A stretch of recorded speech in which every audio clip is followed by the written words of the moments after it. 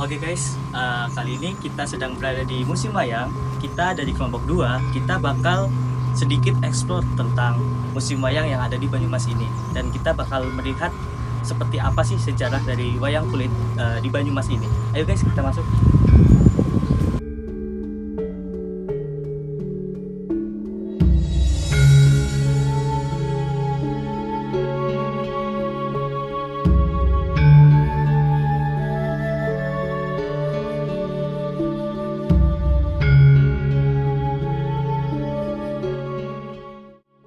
Halo guys, kali ini saya sebagai perwakilan dari kelompok 2, saya akan mau wawancarai salah satu narasumber kita, yaitu Bapak siapa Pak namanya?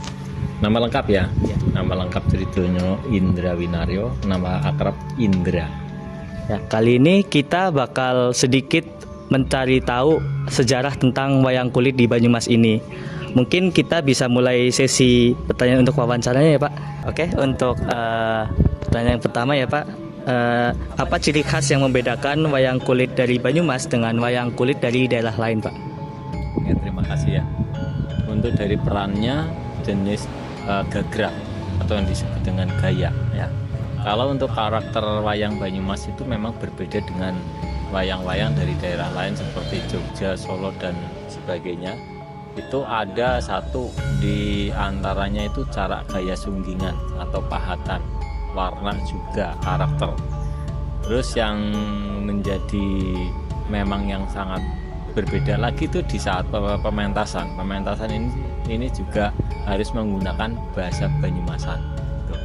Yang dari yang ditampilkan antara wayang Banyumasan dengan daerah lain itu dari warna coraknya itu kalau Banyumas lebih cenderung ke warna yang gelap ya, warna yang hitam atau cara bahasa Jawanya itu warna wanting sebenarnya. Belum berbeda dengan warna-warna dari wayang daerah lain yang seperti kayak Jogja, Solo itu lebih keemasan atau lebih menyala gitu ya, kurang lebihnya kayak gitu. Yang selanjutnya, apakah cita-cita dari wayang kulit Banyumasan ini digunakan sebagai sarana pendidikan moral atau spiritual dalam masyarakat di Banyumas? Untuk tadi tujuan utama. Sebenarnya tujuan itu adalah namanya media pewayangan itu dari dulu ya. Dari dulu sampai sekarang itu sebenarnya mengandung makna perilaku manusia ini sendiri untuk selalu berbuat kebaikan. Dalam kisah-kisah pewayangnya pun itu menceritakan gambaran manusia yang jahat dan yang baik dalam kisah seperti Mahabharata itu. Dan secara moralnya itu memang membina suatu tujuan yang dalam kehidupan bermasyarakat atau bersesama manusia lah cara kita ya. Itu yang positif, itu jangan merugikan yang lain. Dalam edukasinya kami itu memperkenalkan dari usia dini, apalagi di Banyumas ini sendiri ada materi yang namanya seni budaya berkarakter tokoh. Nah itu sebenarnya tetap sama ambilnya dari kisah-kisah Mahabharata atau kisah-kisah pewayangan ini sendiri yang memang harus diterapkan. Nah, intinya pengkajian itu membuat atau membangun skill manusia untuk selalu berbuat kebaikan. Dari suatu peristiwa di dunia pewayangan itu sudah dilaksanakan dari masa nenek moyang kita dan itu diterapkan untuk pembelajaran kebaikan. Banyak kisah-kisahnya itu kan intinya endingnya yang kebaikan aja.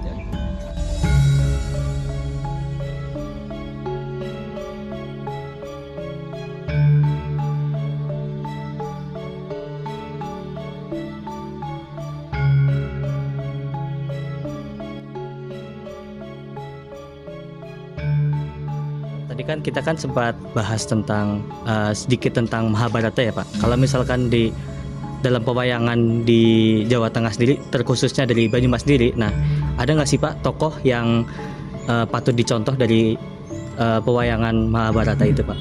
Dalam kisah Mahabharata sudah tersirat bahwa perilaku baik itu berperan pada Pandawa.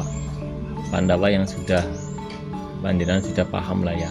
Dan jadilah seperti Pandawa yang dalam karakternya itu pemberani, bijaksana, juga tidak serakah.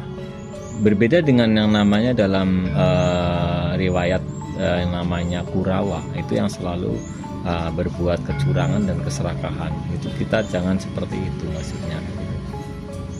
ya dalam kisah Mahabharatanya kayak gitu, cerita Mahabharatanya. Oke, kalau misalkan wayang kulit sendiri ini biasa dipentaskan tuh, apakah ada kayak agenda khusus atau tanggal-tanggal tertentu untuk mementaskan wayang kulit di Banyumas ini, Pak?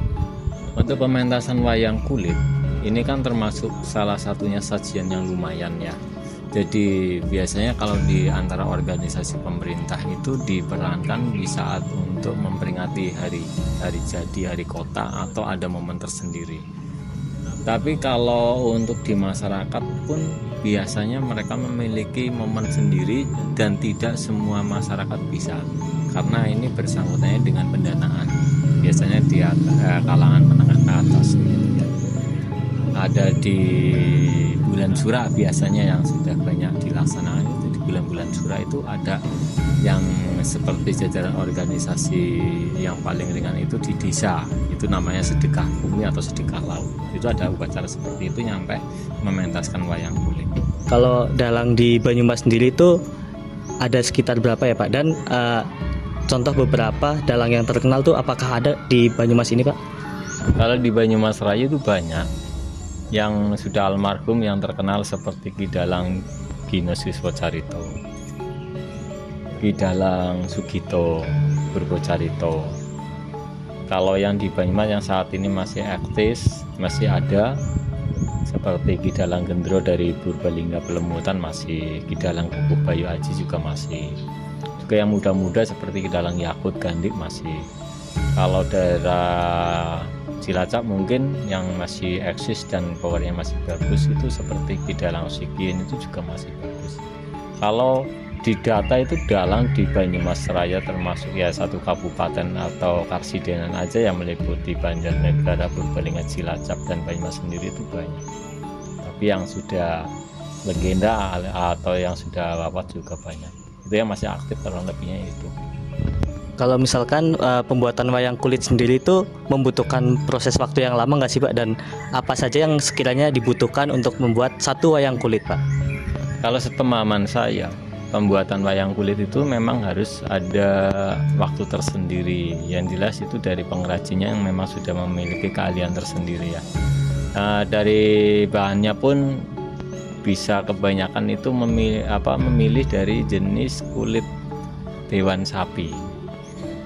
Nah terus cara kerjanya pun mereka itu rata-rata itu bisa 1 bulan, tergantung cara kerjanya atau cara garapnya yang seperti apa.